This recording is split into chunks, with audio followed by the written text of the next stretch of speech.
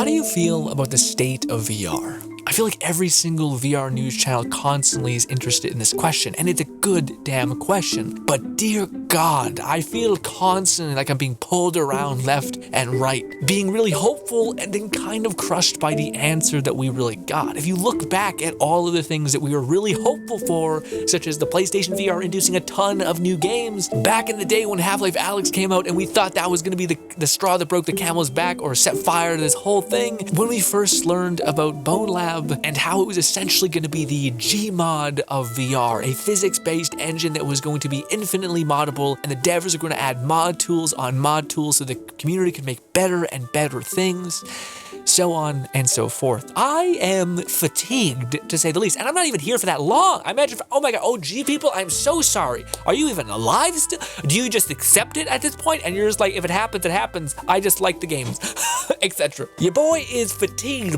but I am not without hope, and I still really do believe in this weird medium, and I just had to talk to you guys when I seen this information. A little while back, I'm not sure if you guys seen it, but Stress Level Zero is the maker of Boneworks and Bonelab, kind of addressed why Bonelab never really lived up to the potential or the hope or the promises that they made. And truth be told, I kind of actually agreed with their answer to some extent. Agreed is a strong statement. I understood it. It made sense to me. And for those guys who didn't know what they were talking about, and how did you feel when you went and played Half-Life Alyx and then played the game after it? How did you feel when you played Boneworks and then played a game after it? A lot of times, when you play a physics engine and a really good VR game, they have a lot of uniform things typically. Physics, body tracking, decent grab mechanics, and the list goes on. And a lot of the most selling VR games have all of these things. These are clearly really, really good things to have in all VR games, it seems like. And it makes it really hard to go play other games that don't have these things necessarily. So Stress Level Zero actually came out with a pretty interesting plan. Why not make the Marrow engine, the engine that Bonelab is built off of, why not make that an actual engine in which they can license out to people? That way there's kind of a uniform baseline of already kind of agreed upon amazing mechanics such as physics, full body tracking kind of thing, or like fully physics body in the world kind of tracking, and so on. Mechanics that people seemingly really like because Bonelab is one of the most highly selling games ever. That's all great, but what makes a lot of sense to me is if you are in Stress Level Zero's position, it makes a lot of sense to find a way for you to kind of tap into all of the purchase power being done on the VR market and then investing into the VR games that you kind of want. The vibe I get from Stress Level Zero is they really want to kind of try to push VR forward in big ways, because in order for it to really hit for a lot of people, it needs to reach these certain thresholds.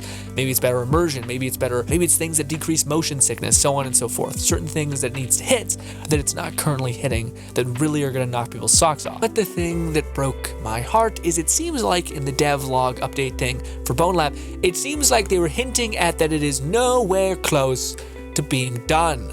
Or if it is, it's not good enough for them to release or anything like that. So it kind of has this really weird feeling of, okay, so not only do we not get Bonelab yet, they're probably going to update Bonelab with the new engine and it being all good and all that stuff, but it seems like it's so far away. Like it's so far away from being done, which is a little bit of a hard pill to swallow, but in comes this game. Not sure if you guys have seen it around. I've seen it damn near everywhere, every conference. It looks beautiful. And I kind of got the wind taken out of my sails when I heard that it was an old PlayStation VR game. I thought, holy shit, you guys have this the whole time? This game looks beautiful. Jesus. But no, this is a full-on reboot, revitalized. They took the old game and they brought it into this new engine. And that new engine, oh, let's talk about. That is the exciting aspect of this. To cut the shit real quick, they just have not buried the lead anymore. The developer of this game seemingly is doing what Bonelab has talked about doing, and their ambition to do, but if I'm honest, a lot of this stuff looks really, really, really good. And in some ways, to me, makes it seem like a safer bet than Stress Level Zero's engine, because this is a plugin to the Unreal Engine. The reason why I bring that up is because Unreal Engine's got like absurd money, and every single week we see a brilliant new expansion to their software, to their engine, because they have infinite money to burn, essentially. So to me, I don't mean to beat up on Stress Level Zero, I adore them, but I feel like that might be a safer bet, is to bet on an extension that makes basically all the things we love about VR easily applicable in Unreal Engine rather than building a brand new engine right up the hop from the ground up. And also, again, Stress Level Zero is not like an ungodly massive team, if I'm not mistaken. The Unreal Engine devs are fucking massive. And I could imagine them getting various grants or some sort of like business deal with this new company called VRAF, which is essentially doing what Stress Level Zero has talked about doing with the Marrow engine, essentially making a plugin for Unreal Engine that can give you everything you want when it comes to making VR. And a lot of people, I don't think, really know that Unreal Engine can actually be a really good VR engine. I've been following a game for so many years now. Actually, not years, but a long time from its very conception. It's called Project Third Eye. I watched the very first development log on it, and I've seen it all the way up to present day, in which I really want to make a video for it, but I can't find the time. But that game is made entirely in Unreal Engine and is fucking amazing. In fact, I might make a video talking about it, but it is kind of like what if Bonelab did what Bonelab said it would do, except without the ease of access of modding. But the developer constantly updates like skateboarding physics in the game, where he can competently skateboard, surf, all this shit. It's just wild what he's able to actually do and pull off. Anyways, getting a little bit distracted from the video. What you guys should be excited for, and what has given me a lot of like hope for the VR space, is this VR AF. Okay, I'm not trying to feel about the name. The name for kind of juvenile. The quick TLDR to explain a lot of this is it seems like in the pursuit of these developers having the interest and probably the backing of Sony to remake and rebuild a classic beloved game on their previous VR generation, they have essentially built an engine in which they can license to people to make their own VR experiences. This engine seemingly has, or this, I guess, extension engine, whatever, it's building off of the Unreal Engine, seemingly has everything that we've kind of grown to love about VR and more. Things we're gonna go through the whole list because it's just so sick. Also, some big things they say is this idea of you basically taking this engine and applying it in the Unreal thing will save you 40% of the time in producing a VR game, which kind of makes sense. If like 90% of your time is just making things kind of function as you want them to, have physics in the way that you want them to, have grab animations, which is a lot of it, having importing textures and all these kinds of things, a lot of that is taken up just by you setting up everything. So if this is mostly set up for you, then you can just pick up and kind of start going. Okay, so first things first, I want to stress that a lot of these things, they exist within games like Bonelab, but they seemingly have upped the ante exponentially, which is really, really interesting to see. I think it's something that also Stress Level Zero has alluded to, but we don't know what that actually looks like. This might be, in a lot of ways, what they actually were talking about improvements to the VR system. Let's talk about it. First things first is, as you guys can see here, we basically have the avatar system, except better, it seems like. Instead of just having an avatar system, which is amazing, you can swap 2 different personality types, body types, humanoids, etc. What they've also seemingly added, along with head tracking and hand movement, they've also added eye tracking, eyelid, and mouth movements, or apparently mouth movements is coming soon, but for unparalleled immersion. Again, this is kind of aimed at you if you're a developer. So if you're trying to make like a VR chat interesting type thing, or maybe a co-op fun VR adventure, you being able to see where your friend's looking and seeing their mouth move, even clunkily, is still more or better than just seeing nothing. And one thing I would like to point out, do you guys notice that? For those guys who play a lot of Bonelab, Bonelab is almost stagnant when it comes to your head and your chest. Wherever your head looks, very shortly after, your chest will follow. So you basically are always pointed in the way that you're looking. This one, you guys can see that the head is not necessarily anchored to the chest. So when the guy goes and wipes off the screen, you guys will see here, he's like almost his arms extended, and his chest doesn't necessarily have to be pointed straight where his head is, which I think would be really nice to not have like your chest clipping, because sometimes your arms and stuff like that just aren't in the right place. So that makes a lot of sense. And then they say this right here, which is really neat. Our advanced AI basically procedurally generates leg positions when you are climbing, when you are leaning, when you are crouching, and things like that to kind of keep everything looking normal. And that is awesome to me, because a lot of times when you're playing a game, especially in Bonelab, your legs are stiff as a rock when you're climbing things, and it looks very odd. Contrast that with Blade and Sorcery, where your legs actually try to pin to whatever your hand's also grabbing to, like the wall. It kind of like leans your physics-based legs up against the wall, so it looks a little less clunky, which is nice, especially when you're playing co-op games. Would be huge. Anyways, they also have all the bells and whistles of mobility, even something as crazy as swimming, which is really hard to nail in VR. I don't actually know if they did it, but seemingly by the gameplay that we see, it looks like it's good enough. But yes, we can pull ourselves up from ledges, we have crouching, we have jumping, we have swinging, and of course, again, they have water. And also they have like comfort things like teleportation built in, all at a default, which is crazy. And this is where things start like upping the ante, at least seemingly from Bonelab's kind of perspective at least. This is talking about their NPC's combat system. called Clash Force. Not only can you like set up things so that the enemies seemingly engage in special ways, whether that's anchoring themselves to a point, spawning them in this location, it seems like, or anything like that, but they also say they have things like unarmed/boxing animations in their NPCs, melee weapon attacking, and range combat things. So your NPCs are going to have all these things. This is something I would really love to see. I feel like this little blurb is not good enough to see how good is the boxing, because like in Bonelab, the boxing is comical and nonsense. You never once get punched in Bonelab. You can just walk backwards and you're never gonna get tapped. And the punching is the most obvious thing ever. It's almost like they're throwing their wrist at you rather than their fist. It's extremely goofy. But if they actually show some gameplay like Blade and Sorcery, even just on that level, that'd be really endearing, of actually seeing someone be able to push you and like push on you, and to see how good the melee animations look just based on a default level. Again, the range combat here is not really a good sell because he clearly has God mode on, or he's in the Star Wars universe because they're shooting all around him. So I really want to see what the NPCs actually look like, because that is by far the biggest issue I keep seeing in VR games, is that the like NPCs we're fighting against are so awful, so goddamn terrible, it's not even funny.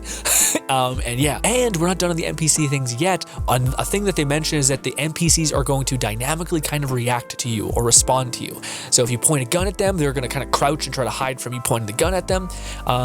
This also will change based on if they're your friend or your foe. They also have eye tracking, which is huge. So like when you walk up to an NPC for a quest, they will look at you into your eyes. People are going to love that or hate that. And they also can respond to things in their environment. So if you're looking at a pot, they will see that you're looking at the pot, and they might actually look at the pot, it seems like. They say eye tracking. I imagine that's what that entails. As well, you can actually gesture to someone or show them an object, and they will respond to that object. I imagine what they're referring to in this way is if you did a quest for someone and they said, hey, could you go get me this note from my dead mom or something like that, you could then show them the note, they would read it or whatever. It also kind of implies that there is some sort of mechanic to interact with your hands. I'm not sure if this means like dynamically handshaking someone, passing them an object, taking an object from them, if that's just built into the base of the engine add-on or what not, but that sounds all fantastic. That's actually one of my only criticisms I have for this, is the only thing we don't see, which is crucially needed, I think, in VR, is any sort of quest system. Because Jesus Christ, I've not seen like an RPG quest system that has looked anywhere okay in any of these VR games. So if they could imply that into the game of like a quest system of you go up to a person, you interact with them, you attain a quest, and then you can leave, and that quest is automatically updated when you do a certain amount of things, fantastic. I've yet to see any game in VR that has done that genuinely well, besides maybe like, again, in linear games like Vertigo where you're just on a set path, sure, there's just detonation points, sure, but not like dynamically like going up in Skyrim and talking to someone and then saying, hey, can I do this thing for you, and they say yes, and then you get a quest to go do that thing, then you leave and do it. I rarely have seen that. Anyways, it'd be really cool to see if they added stuff to this over time, and that would be one of those things that would be super sick. Anyways, again, this is like the best aspects of Vertigo, Half-Life Alyx, and Bonelab. It seems like it's the combined nature of all three of them, which seems awesome. Anyways, high fidelity physics basically, and an interactive system that seems like it kind of puts the other interactive systems to shame. We have a bottle that can be dynamically filled with water and poured out, and it looks awesome, and you can apparently fill up the bottle with apparently a variety of liquids. This could be crazy for like RPG potion making and etc., not just filling up a squirt gun with gasoline, which is rad, but yeah. They talk about their system having real velocity and mass scaling, all these kinds of things, as well as being able to increase the weight of objects so your body has a different dynamic reaction to them, things like that. And this is something that I don't think people realize, but people who play a lot of VR will realize how good this is. They have an advanced VR socketing interactive system. Basically how things, kind of like puzzle pieces, how puzzle pieces can kind of connect together. That is huge. The amount of times I've played a VR game, especially a mod or something like that, and you're trying to attach like a suppressor onto your gun, this could be used for that. You're wanting to add a scope to your gun, this could be used for that. If you're wanting to add like a battery charge into your Gauss rifle or something like that, that can be done in the same way, it seems like, and that looks awesome.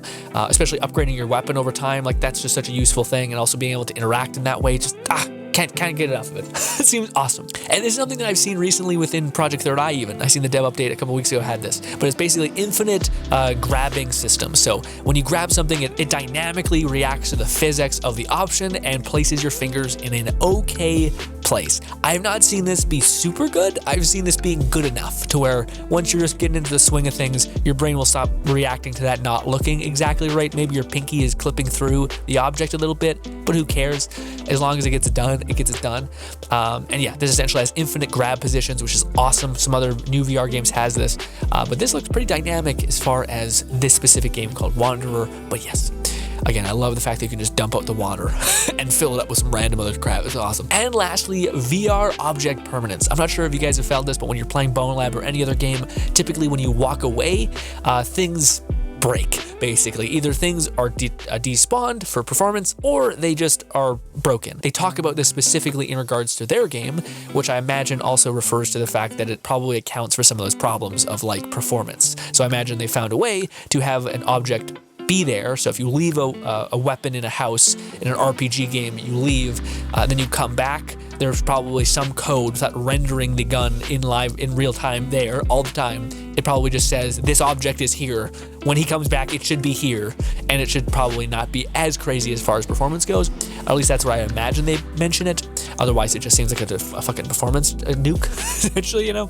And yeah, they talked about how NPC's stress level will be based on like time, essentially, so it's not like they're permanently angry at you. It seems like it's fairly dynamic is what I think they're trying to get at. And frankly, this all just seems really, really awesome. Things that I think all of us would agree, these are like the hallmarks that make VR, so special. A physics body, changing avatars, weapon systems or abilities that can kind of be modular, so you can attach things to your weapons, change your weapons by having an effect with them. Things like infinite hand grabbing is fantastic.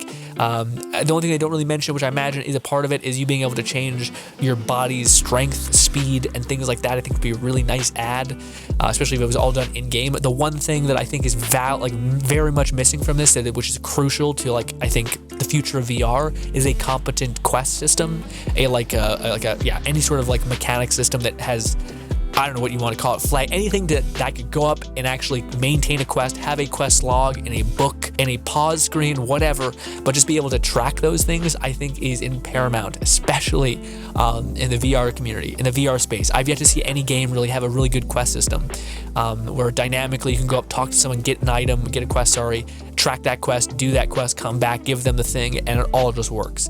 It seems like a lot of times it's just flags, like you going through a linear story quest and you're just detonating flags, and when you detonate those flags, you progress. But yeah, it'd be really cool to see things like that. All right, hi, me from the next day. Yeah, we're still editing this. Okay, so again, I am unbelievably excited for this. Again, the fact that all of this is just available, that's kind of the thing I want to mention, is all of this is just a download or a partnership or whatever, and you plug in this thing and seemingly you have a lot of the biggest challenges that takes the most amount of development relatively solved. Now, this brings me to the point of the video in which I hope some people could survive to this point. If you are a developer, I really want to know what you think about this. I don't know if I'm missing something that's actually, there's a lot of other issues at hand. I don't know what the code is, so it's helpful if I build it from the ground up, because at least I know everything.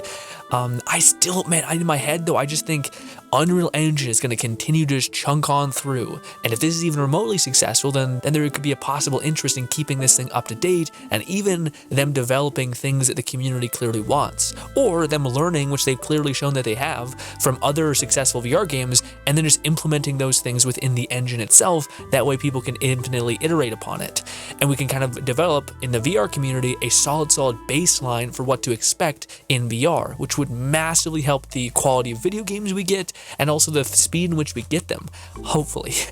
And people could shit out some bad games and just use this just to kind of get to it. But already seeing the amazing things with Project Third Eye, there's a bunch of Bonelab, don't mean to say this in a negative way, but clones, in the sense that they are massively inspired by Bonelab's physics engine and things like that, that if they could just have this jumping off point, and they already have the understanding of Unreal Engine and how to optimize levels and things like that, that could be crazy. And how could this, I'm kind of curious, how will this integrate into the mod scene? Because I already know Unreal Engine is already something that people use to mod. A lot of people say that Unreal Engine doesn't even need a mod kit because Unreal Engine is already kind of if you understand it, you can add to those games that are made by Unreal Engine. That's why we see things like the mods that turn flat screen games into VR games, especially when they're made with Unreal Engine. So it makes me wonder if this is the future, quote unquote, of VR, and we get like 10 years into it, and people who mod the game have kind of built up an understanding of not only how to use, let's say, a developer's creation kit, but a full-blown Unreal Engine licensing engine that can do whatever. I feel like the jumping off point for people making mods to then transitioning into making full-on games in VR, their own ideal game, that would be huge, and be amazing for it to not be so much friction in that translation point. Like, you may have a lot of years in time in, say, the Fallout New Vegas creation kit, but is that the same thing as actually going and using Bethesda's creation kit or an Unreal Engine? Does it have that much translation? Does it convert that much, or is it much better to literally just use the thing that you're going to want to use? And also, I wonder how easy it is to add mods to games that are using this engine. I feel like it would be easier than not. Does that make sense? But I don't know, man. I find myself excited about these kinds of things because I think it makes sense in my head. I think it makes sense how it can scale. It makes sense that this is a really good answer for a lot of the problems I think that are getting in the way of amazing games, people investing in this space. And yeah, like, there are already trailblazers that are succeeding a lot. Bonelab, Vertigo, 2, etc. There's plenty of games. Hell, even Gorilla Tag wasn't meant to be as successful as it was, but it was. And with most of the work possibly, who knows, done with this tool set, maybe possibly we can see more growth in this industry and honestly, again, see some really, really cool stuff. But again, the thing I talked to you guys about at the very beginning of this video is the thing that I kind of struggle with. I'm subscribed to a lot of people in this space and I love them all to bits. Fantastic community overall in terms of VR space, but we're constantly given this is the new big thing. This is the new thing to be excited for. This will be the thing that saves VR. And I mean, I don't know about you, man, but I've been kind of beaten ragged. I love this place. I love this community. I love this medium, but I don't know. A lot of times I kind of just feel like it gets harder and harder for me to believe that this thing is actually going to be the straw that broke the camel's back, or even just the thing that unravels so much potential within the space. But this is the closest thing that I found in recent memory. It's not an expensive headset. It's not a meta acquisition from a company that used to make a lot of video games and now makes no VR games. It's this tool set that, if developed and if not incredibly expensive to sign up for and etc., not some sort of weird Unity deal where they're taking a massive chunk of whatever profit you make, this could be extremely useful, especially from the community that I come from, which is the Bonelab community, specifically the Bonelab modding scene. So I don't know how many modders watch me, but I would love to know what you guys think about this. Granted, I know there's not that much information out about it, but is this something that is even exciting, or is this not even something that you can think about because you don't know enough about it? I don't know. To me, I'm really excited. This, to me, is a really hopeful answer. It's kind of also what I think Stress Level Zero is kind of trying to aim towards. But unlike Stress Level Zero, who kind of refuses in some ways to show us what they're working on, and instead unveil it in a big extravaganza maybe, I appreciate this, seeing that this gives me hope in investing in this future, I guess, because I think possibly it might become easier to make the games we love with mechanics we need in VR. Does that make sense? Anyways, hopefully you enjoy the rest of your day. Thank you for listening to Ramble. This is way too long of a video. I appreciate you to no end. And again, let me know what you guys think about all of this. Bye, guys.